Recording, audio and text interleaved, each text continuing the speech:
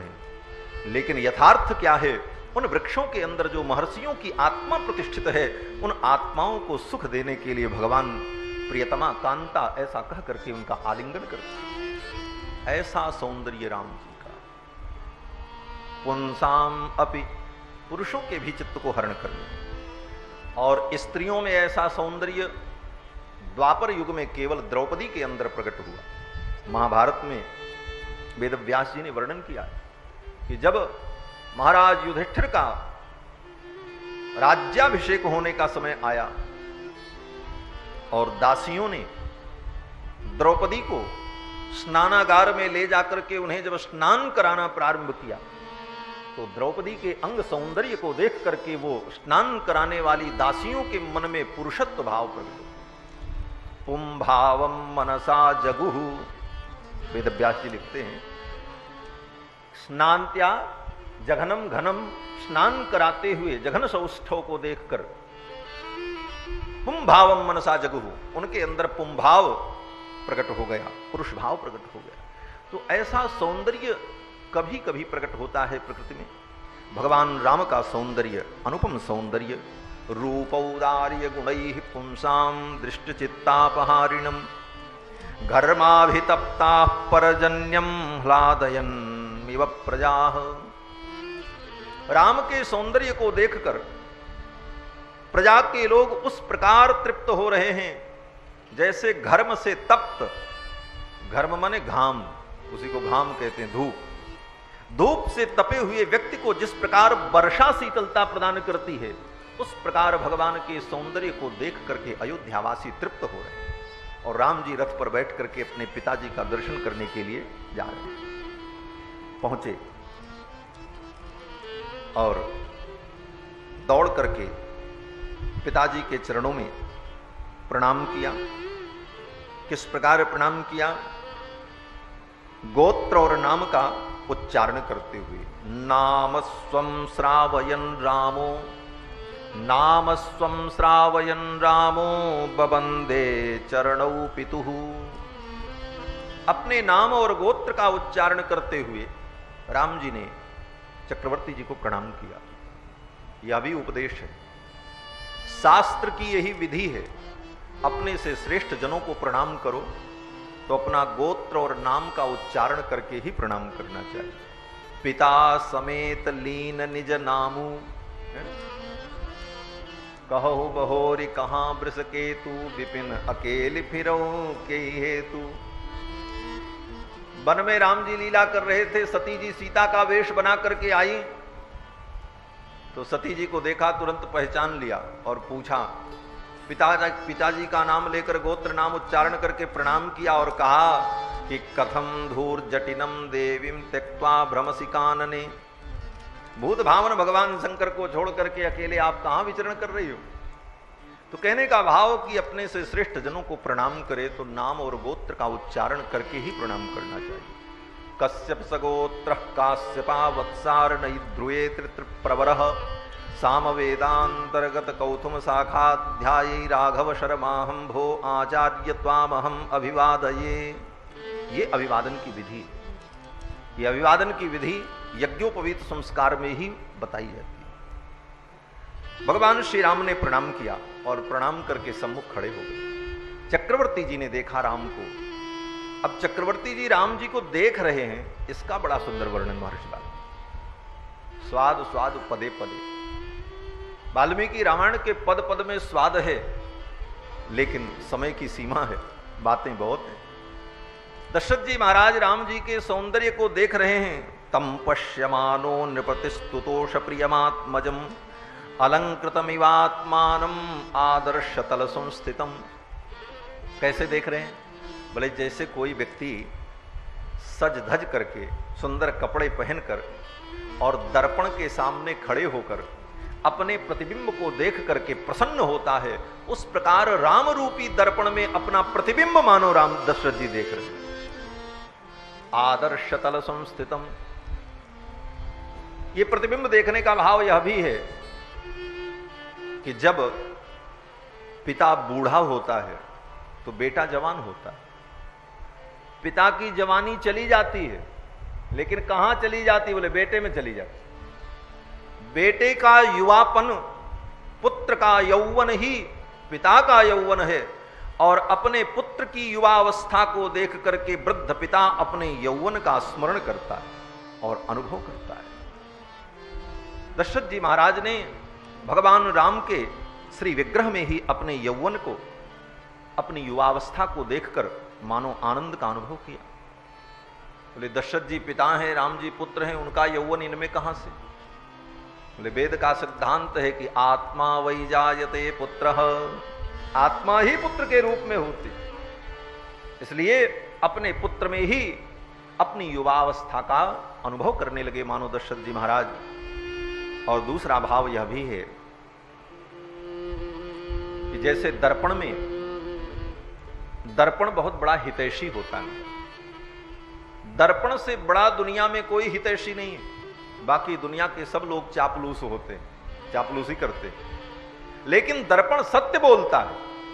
आपकी अगर नाक टेढ़ी है तो दर्पण आपकी प्रशंसा नहीं करेगा, वो कहेगा नाक टेढ़ी है। कान टेढ़ा है, दर्पण बताएगा वो चापलूस नहीं है, सत्यवादी है। और तुम्हारे स्वरूप का वो तुम्हें सत्य अनुभव कराता है। मानो राम रूपी दर्पण में अपने स्वरूप को देख करके दशरथ जी महाराज अपने स्वरूप को पहचानने का प्रयास कर रहे हैं। और दर्शन किया और फिर चक्रवर्ती जी ने कहा राम कल तुम्हारा युवराज पद पर अभिषेक होगा और गुरुदेव तुम्हारे लिए जिन जिन नियमों का उपदेश करें उन नियमों का तुम पालन करना। इतना कह करके आशीर्वाद देकर के दशरथ जी ने राम जी को विदा किया। और जैसे ही राम जी थोड़ी दूर गए, चक्रवर्ती जी अपने महल की ओर उन्मुख हुए, कक्ष की ओर।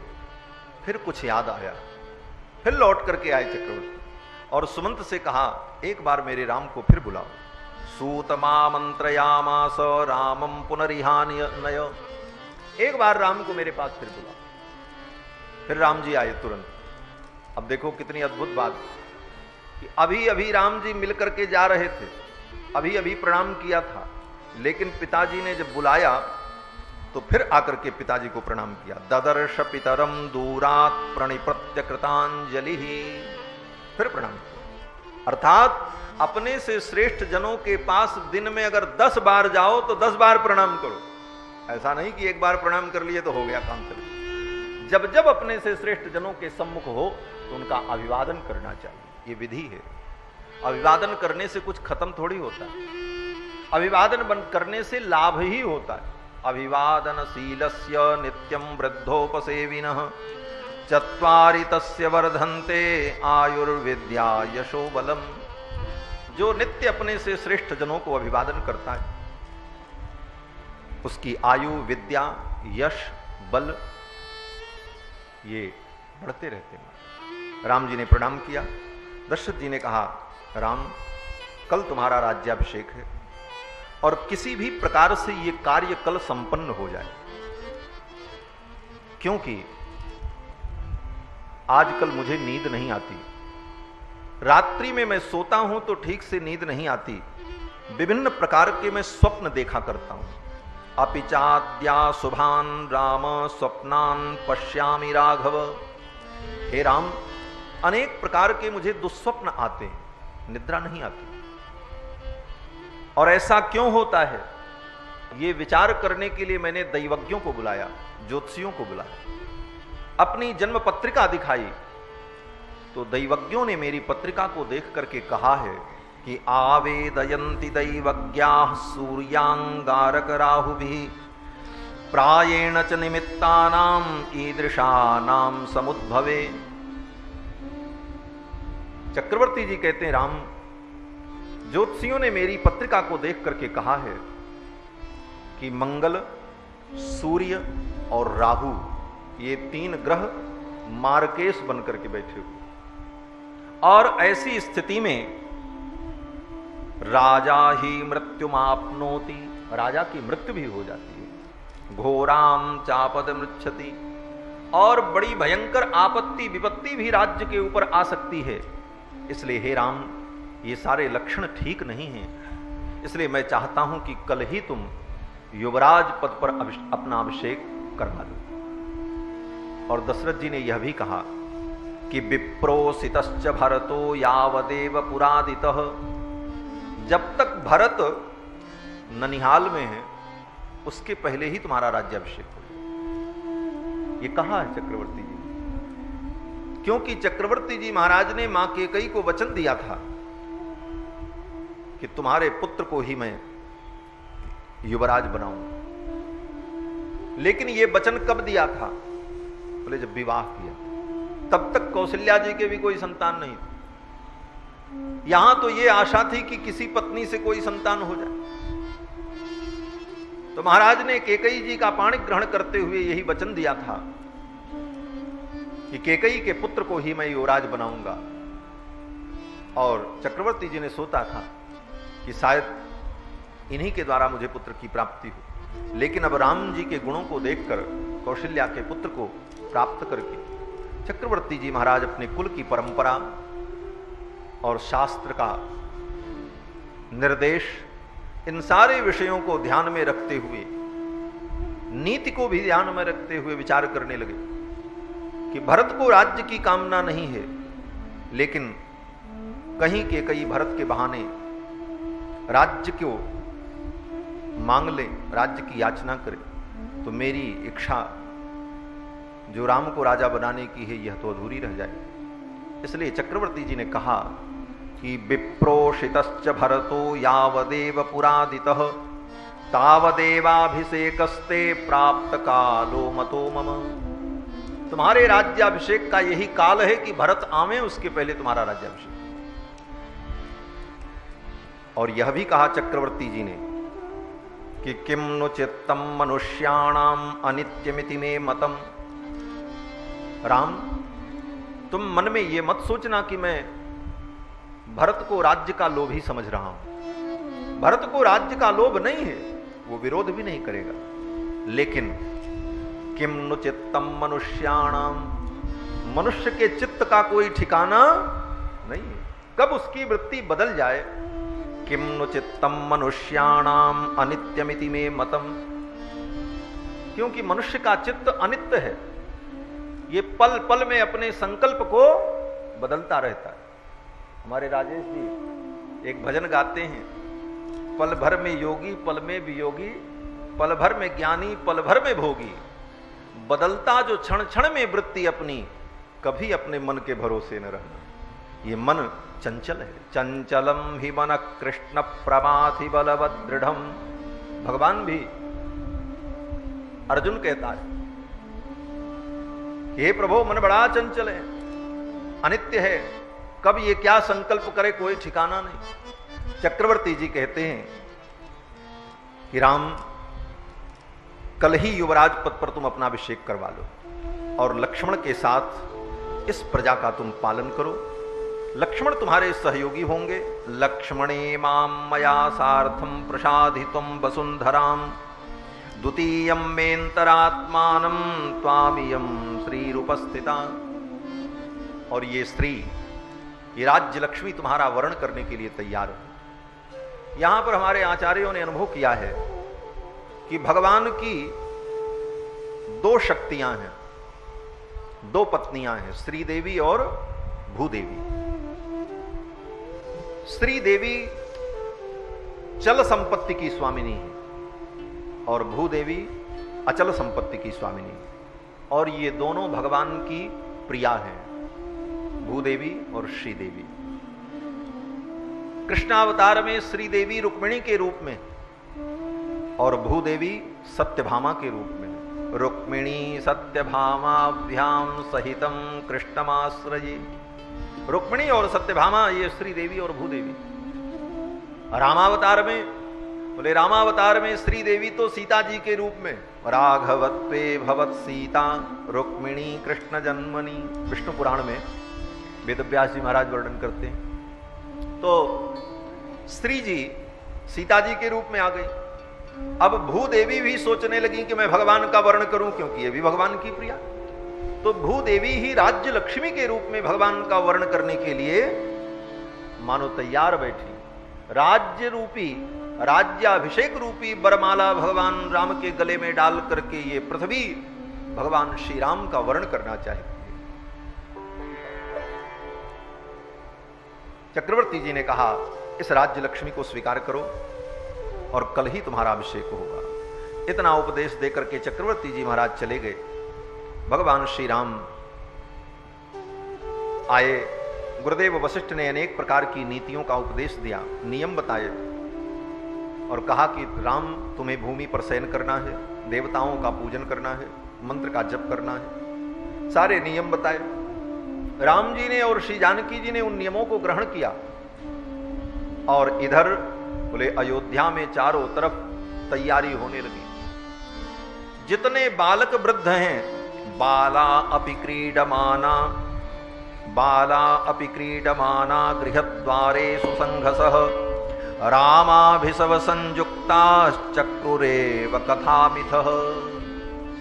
जितने बालक हैं अयोध्या के, ये सब जब अपने घर से बाहर निकल करके खेल रहे हैं तो सखा की मंडली में केवल यही चर्चा हो रही है, कल मेरे राम राजा बनेंगे, हम तो ऐसा कपड़ा पहन करके जाएंगे, हम ऐसी माला पहन करके जाएंगे, हम ये गीत गाएंगे, हम इस प्रकार जय घोष करेंगे, हम तो ये कैंकर्य करेंगे। इस प्रकार से सभी बालक राम जी के राज्याभिषेक की ही चर्चा कर रहे हैं। बाला अपि क्रीडमाना गृहद्वारे सुसंघसः, इधर तो ये हो रहा है। और अयोध्या के लोग, जो वृद्ध लोग हैं, श्रेष्ठ लोग हैं, वो लोग मना रहे हैं कि ये रात जल्दी से बीते, सवेरा हो। क्यों? बोले ये रात निगोड़ी कहां से आ गई?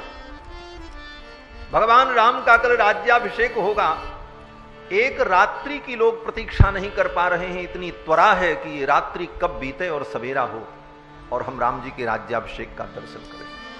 सकल कहीं कब हुई हैं काली, सकल कहीं कब हुई है काली, सकल कहीं कब हुई है काली, विघ्न मना बहि देव कुचाली, विघ्न मना बहि देव कुचाली, तिन्हि सुहाई अवध बधावा, तिन्हि सुहाई अवध बधावा, चोरहि चंद्र निरात न भावा, चोरहि चंद्र निरात न भावा, सकल कहीं कब हुई है काली, सकल कहीं कब हुई है काली, सकल कहीं कब हुई है काली। सब लोग यही कह रहे थे कल कब होगा, सवेरा कब होगा। सकल कहीं कब हुई है काली, लेकिन स्वर्ग के देवता बोले विघ्न मनावई देव कुचाली। ये कुचाली देवता लोग विघ्न मनाने लगे, अरे कल राम जी राजा बन जाएंगे, ये तो अनर्थ हो जाए। बोले क्यों? बोले राम जी राजा बन जाएंगे तो रावण का वध कौन करेगा? ये राजा बनकर के अयोध्या के सिंहासन पर विराजेंगे तो रावण का वध कौन करेगा? राम जी राजा न बने तो अच्छा है। देवता लोग मनाने लगे, विघ्न मनावहि देव कुचाली, तिन्हि सुहाई न अवध बधावा। अयोध्या में बधाइयां बजने लगी, सहनाइयां बजने लगी, लेकिन वो सहनाई और बधाई की आवाज देवताओं को अच्छी नहीं लग रही। बोले महाराज जो चीज अच्छी हो वो सबको अच्छी लगनी चाहिए। भाई जो चीज अच्छी है वो सबको अच्छी लगेगी, जो खराब है वो सबको खराब लगेगी। लेकिन इतनी सुंदर अवध की बधाई देवताओं को अच्छी नहीं लगती। क्यों?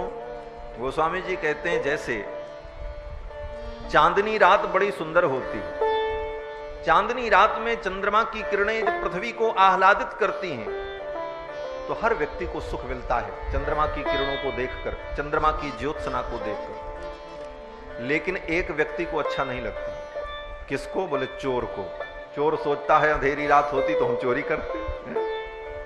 चोर ही चंदनी रात न भाव। चोर को चांदनी रात अच्छी नहीं लगती, जबकि चांदनी रात सबको अच्छी लगती। उसी प्रकार राम जी के राज्याभिषेक की चर्चा हो रही है, सबको अच्छा लग रहा है, सब प्रसन्न है। लेकिन विघ्न मनावई देव कुचाली, देवता लोग विघ्न मनाने लगे, सोचने लगे क्या करें, कोई उपाय।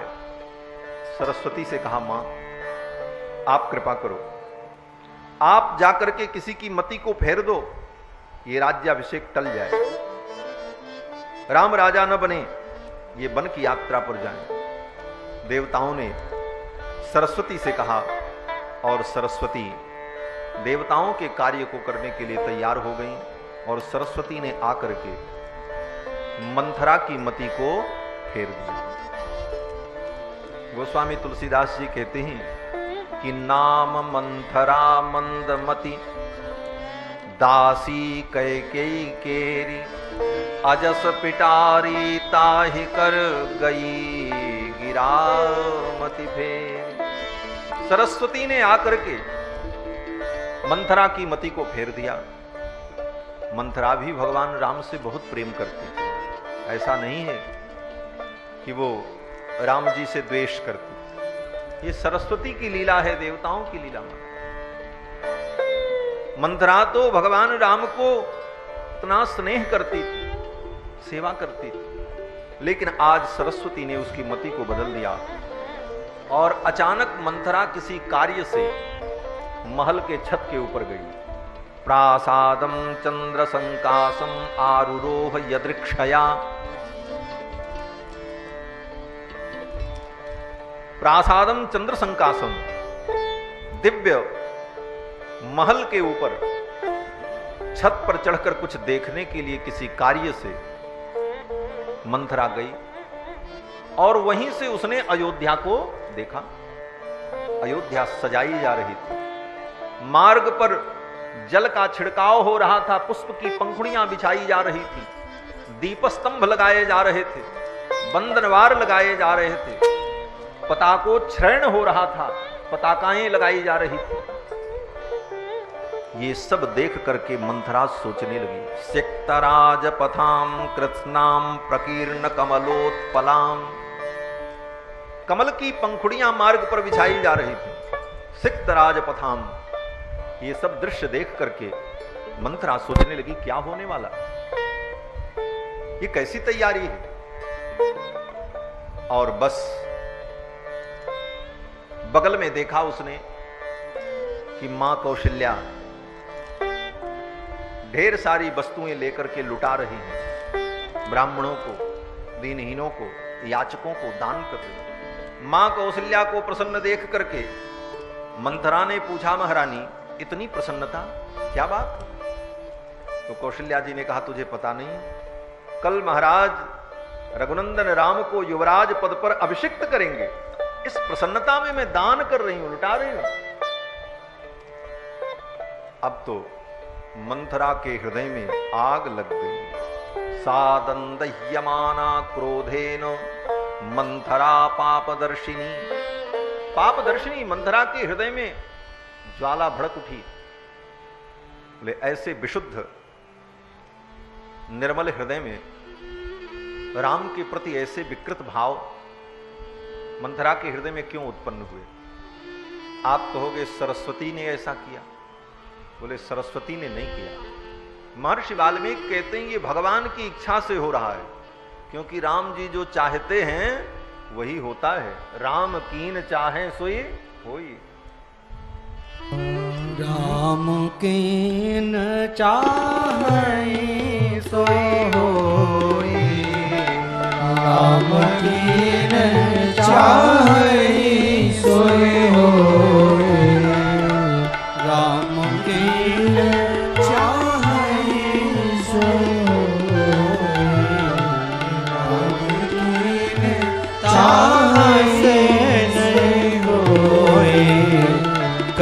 नहीं अन्यता से नहीं कोई, नहीं अन्यता से नहीं कोई। राम जी जो चाहते हैं, राम जी जो करते हैं वही होता है। हम आप जो करते हैं वो नाश हो जाता है, और राम जी जो करते हैं वही रहता है, वही होता है। क्योंकि भगवान ही करता है। ये तो हम लोग जबरदस्ती अपने को कर्ता मान लेते हैं कि हम करता हैं, हम कर रहे हैं, लेकिन कर्ता भगवान का एक नाम है। विष्णु सहस्त्र नाम का पाठ करो, 1000 नाम। उन 1000 नामों में भगवान का एक नाम है कर्ता। करणम कारणम कर्ता विकर्ता गहनो गुहः। भगवान ही करता है, जो कुछ करते हैं भगवान ही करते हैं। और इसको दूसरे ढंग से भी समझ सकते हैं कि कर्ता का लक्षण क्या है। कर्ता किसे कहते हैं? बोले कर्ता एक कारक है, और कर्ता कारक के विषय में महर्षि पाणिनि कहते हैं कि स्वतंत्र कर्ता है। जो स्वतंत्र हो वो कर्ता होता है। तो हम आप स्वतंत्र कहां हैं? हम आप तो परतंत्र है ना। परबस जीव स्वबस भगवंता। जीव तो परबस है, और स्वतंत्र कौन है? बोले भगवान। परम स्वतंत्र न सिर पर कोई। इसलिए स्वतंत्र होने के कारण भगवान ही करता है। हम लोग तो केवल भगवान के लीला के उपकरण हैं। कारणम कारणम कर्ता। तो भगवान परम स्वतंत्र हैं, वही करता है, और राम जी जो करते हैं वही होता है। इसीलिए यहां पर महर्षि वाल्मीकि कहते हैं कि आरुरोह यदृक्षया। यदृक्षया आरुरोह। यदृक्षा शब्द का अर्थ है कि ऐसे ही अकस्मात वो छत पर चली गई, ये साधारण अर्थ है। और विशेष अर्थ है यद इच्छया यदृच्छया। यद की इच्छा से गई। तो यत की इच्छा से गई। यत कौन है? बोले यत माने भगवान। यत तत सत ये सब भगवान के नाम। हरि ओम तत्सत कहते हैं। यत यत भी भगवान का नाम है। यतो वाचो निवर्तन्ते अप्राप्य मनसा सह यतो वा इमानि भूतानि जायन्ते इत्यादि श्रुतियों में यत माने परमात्मा, और परमात्मा की इच्छा से यदृक्षया, परमात्मा इच्छया, भगवान की इच्छा से ही वो छत पर देखने के लिए गई। क्योंकि भगवान ही तो सब कुछ करने कराने वाले। बोले तो सरस्वती ने मति फेरी थी। बोले इसको समझना है तो दूसरे ढंग से समझ लो। सरस्वती की भी मति को फेरने वाले कौन है? बोले भगवान। अगर सरस्वती ने मंथरा के मति को फेरा तो सरस्वती को भी संचालित करने वाले भगवान हैं। गोस्वामी तुलसीदास जी महाराज कहते हैं सरस्वती तो कठपुतली है। शारद दारुनारी सम स्वामी, शारद दारुनारी सम स्वामी, राम सूत्रधर अंतरयामी। सरस्वती तो कठपुतली है, और कठपुतली की डोरी किसके हाथ में? बोले राम जी के हाथ में। राम जी जैसा नचाते हैं सरस्वती वैसे ही नाचती है। जा पर कृपा करहि जन जानी, कबिउर अजिर नचावहि बानी। तो सरस्वती तो भगवान की कठपुतली है। तो सरस्वती को भगवान ने प्रेरित किया, और सरस्वती ने मंथरा की बुद्धि को प्रेरित किया। मूल कर्ता तो भगवान है। कारणम कारणम कर्ता। और इस यदृक्षा से मंथरा महल के ऊपर पहुंची थी, देखा होता। तो हम आप स्वतंत्र कहां हैं? हम आप तो परतंत्र है ना। परबस जीव स्वबस भगवंता। जीव तो परबस है, और स्वतंत्र कौन है? बोले भगवान। परम स्वतंत्र न सिर पर कोई। इसलिए स्वतंत्र होने के कारण भगवान ही करता है। हम लोग तो केवल भगवान के लीला के उपकरण हैं। कारणम कारणम कर्ता। तो भगवान परम स्वतंत्र हैं, वही करता है, और राम जी जो करते हैं वही होता है। इसीलिए यहां पर महर्षि वाल्मीकि कहते हैं कि आरुरोह यदृक्षया। यदृक्षया आरुरोह। यदृक्षा शब्द का अर्थ है कि ऐसे ही अकस्मात वो छत पर चली गई, ये साधारण अर्थ है। और विशेष अर्थ है यद इच्छया यदृच्छया, यत की इच्छा से गई। तो यत की इच्छा से गई, यत कौन है? बोले यत माने भगवान। यत, तत, सत ये सब भगवान के नाम।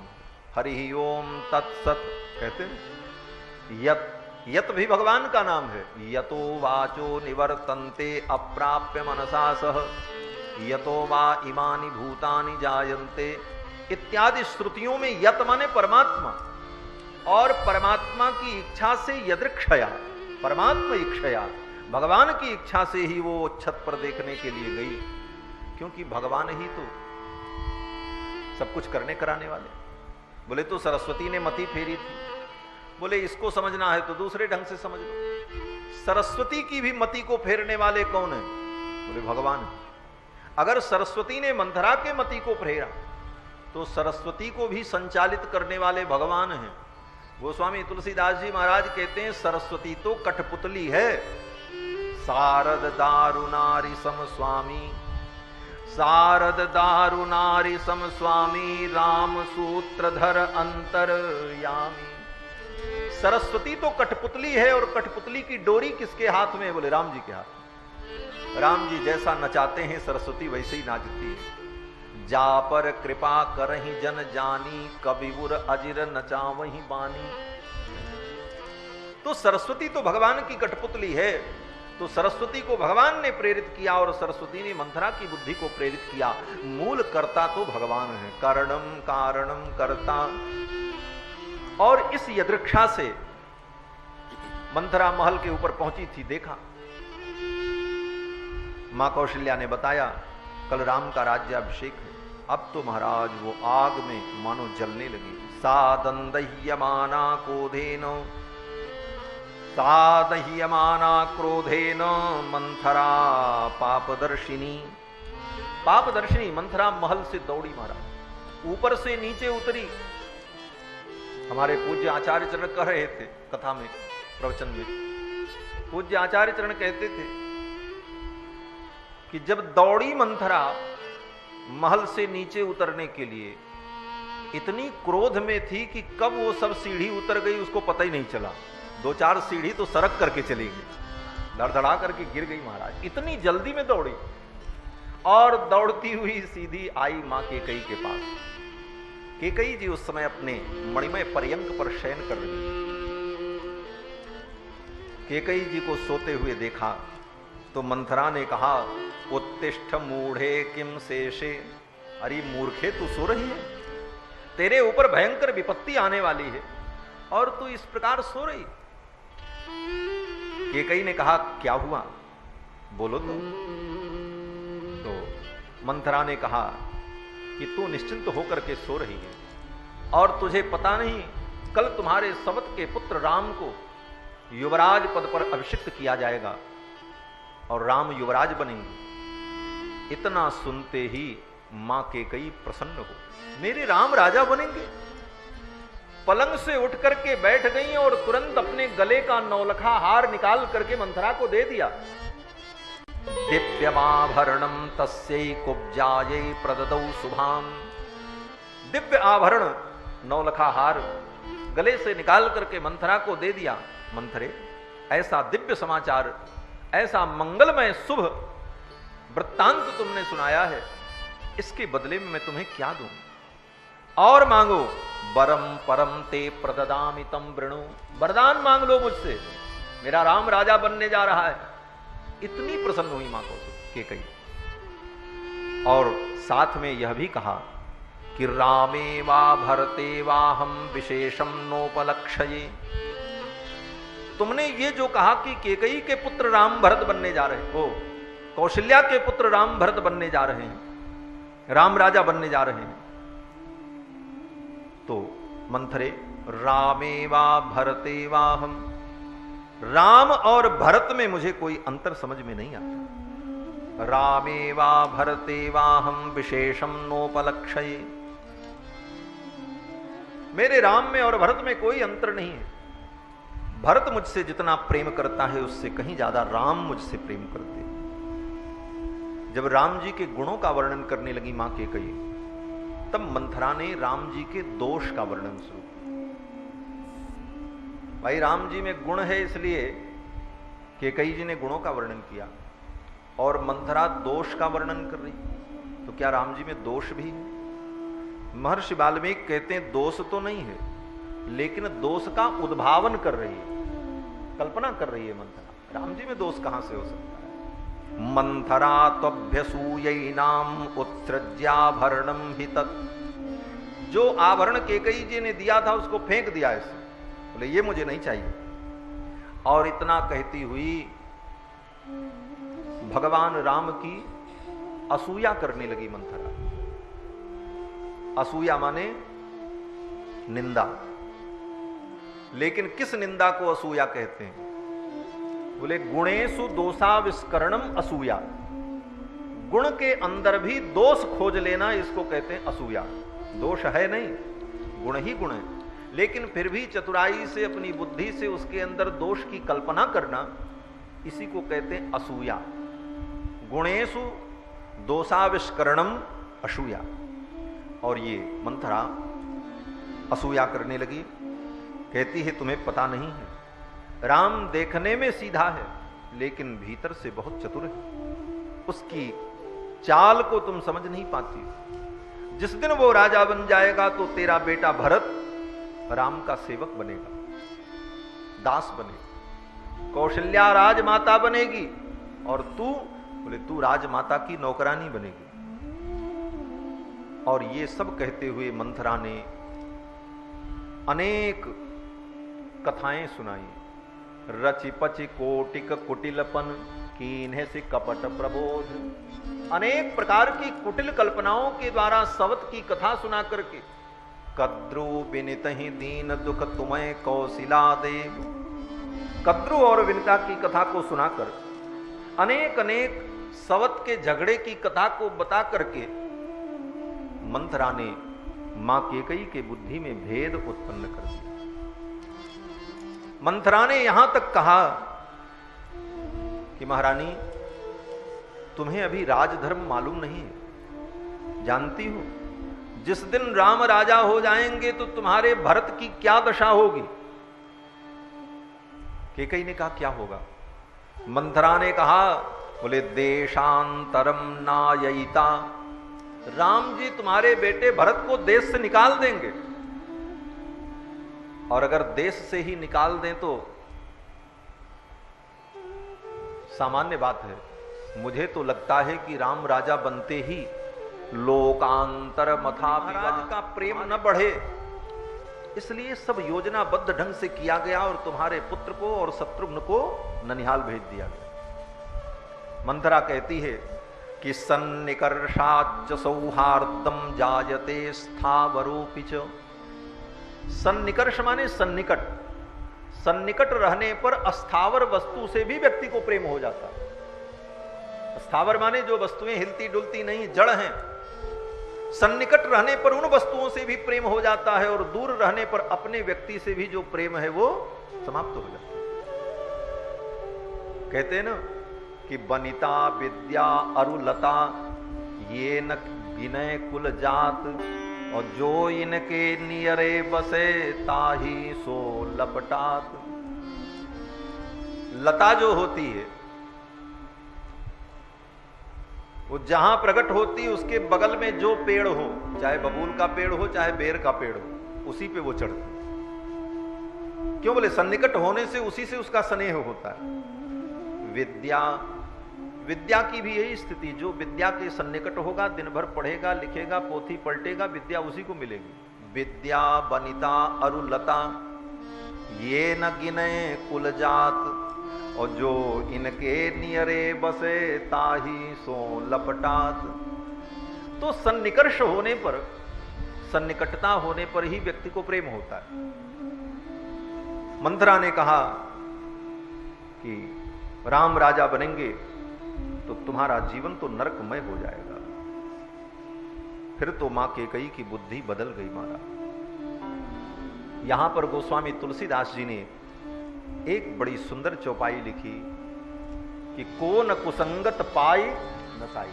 कौन कुसंगति पाई नसाई, कौन कुसंगति पाई नसाई, रही न नीच मते चतुराई, रही न नीच मते चतुराई, कौन कुसंगति पाई नसाई, कौन कुसंगति पाई नसाई। कुसंग का दुष्परिणाम कितना भयानक है। कैकेयी जी के हृदय में राम जी के प्रति अगाध प्रेम, लेकिन मंथरा के कुसंग ने कैकेयी के हृदय के उस प्रेम को नष्ट कर दिया। कौन कुसंगत पाई नसाई, रही न नीच मते चतुराई।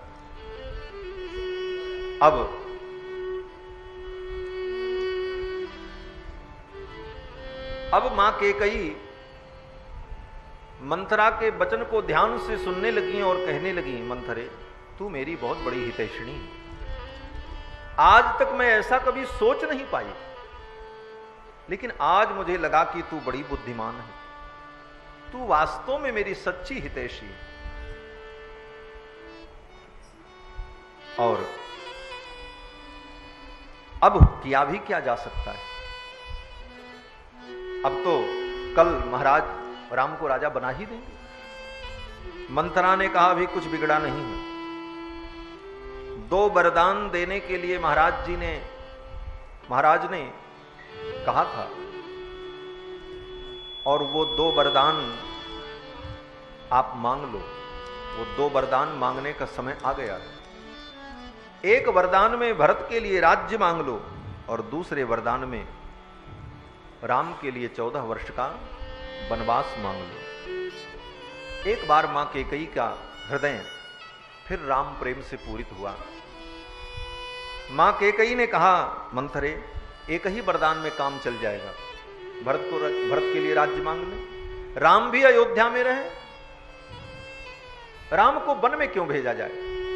राम को वन भेजने के पक्ष में मां कैकेयी नहीं थी। मंथरा ने कहा, महारानी अगर राम अयोध्या में रहेंगे और तुम्हारे भरत को राज्य मिल भी गया तो तुम्हारे भरत का राज्य स्थिर नहीं होगा, क्योंकि सारी प्रजा राम को ही राजा के रूप में चाहती है, और एक न एक दिन प्रजा भरत का विद्रोह कर देगी और राम को सिंहासन पर विराजमान कर देगी।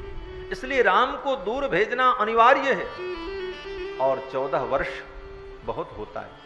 14 वर्ष में धीरे धीरे अयोध्या की प्रजा राम को भूल जाएगी और तेरे भरत का राज्य स्थिर हो जाएगा। इसलिए राम को वन में भेजना अनिवार्य है।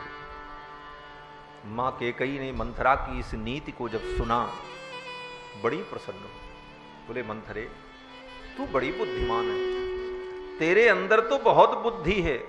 मतय क्षत्र विद्याश्च मायाश्चात्र वसंति ते।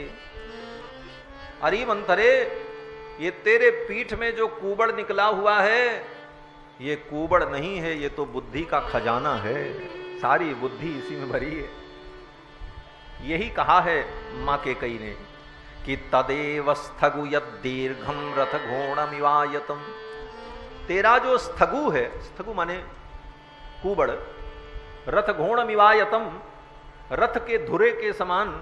उपमा भी कितनी सुंदर है कि जैसे रथ का धुरा लट्टू के समान होता है, उसी प्रकार ये तेरा जो कूबड़ है। मतय क्षत्र विद्याश्च, इसमें क्षत्रियों की विद्याएं, मायाश्चात्र वसंति ते, बड़ी बड़ी माया, और मतयः, मतयः बहुवचन का प्रयोग किया है। बोले मतयः बहुवचन से तात्पर्य है स्मृति, मति, बुद्धि और प्रज्ञा। इन चारों को मति कहते हैं, इसीलिए बहुवचन का प्रयोग किया, मतयः। तेरे इस कूबड़ के अंदर स्मृति, मति, बुद्धि और प्रज्ञा चारों विद्यमान है। इन चारों में अंतर क्या होता है। बोले स्मृतिर व्यतीत विषया जो चीजें बीत गई हैं उन पुरानी घटनाओं को हमारी बुद्धि जो स्मरण करती है उसको कहते हैं स्मृति। और मति आगामी चोत्तरा, मति आगामी गोचरा। और मति किसको कहते हैं? बोले आगे क्या होने वाला है उस कार्य में जो हमारी बुद्धि दौड़ती है, ये बुद्धि निर्णय करती है, उसको कहते हैं मति। और बुद्धिस्तात्कालिकी गेया, तत्काल जो निर्णय लेने की क्षमता होती है उसको कहते हैं बुद्धि, तात्कालिकी मता। प्रज्ञा त्रैकालिकी मता, और भूत भविष्य वर्तमान तीनों काल में जो अव्याहत गति से काम करती है उसको कहते हैं प्रज्ञा। तो स्मृति, मति, बुद्धि, प्रज्ञा, ये सब तेरे अंदर विद्यमान है। मतय क्षत्र विद्याश्च मायाश्चात्र वसंति ते। हे कुब्जे, तेरी बात अगर सत्य हो गई, मेरा भरत राजा हो गया, तो तेरे इस कुबड़ की मैं पूजा करूंगी। तेरे इस कुबड़ में जो बुद्धि भरी है ना, इस कुबड़ की मैं पूजा करूंगी, इसका अभिषेक करूंगी। अभिषिक्ते च भरते राघवे च वनम गते, जाते न च सुवर्णे न सुनिष्टिप्ते न सुंदरी। हे सुंदरी, देखो अब मंथरा मां केकई को सुंदरी दिखाई पड़ने लगी। अभी तक वो कुब्जा और कुबड़ी थी, अब उसके अंदर गुण ही गुण दिखाई पड़ने लगा मां केकई को। जहां व्यक्ति का स्वार्थ प्रकट हो जाता है फिर उसे सारे गुण दिखने लगते हैं, और जहां स्वार्थ समाप्त हुआ फिर दुर्गुण का दर्शन होने लगता है। मंथरा के अंदर सारे गुण दिखाई पड़ने लगे। केकई जी कहती हैं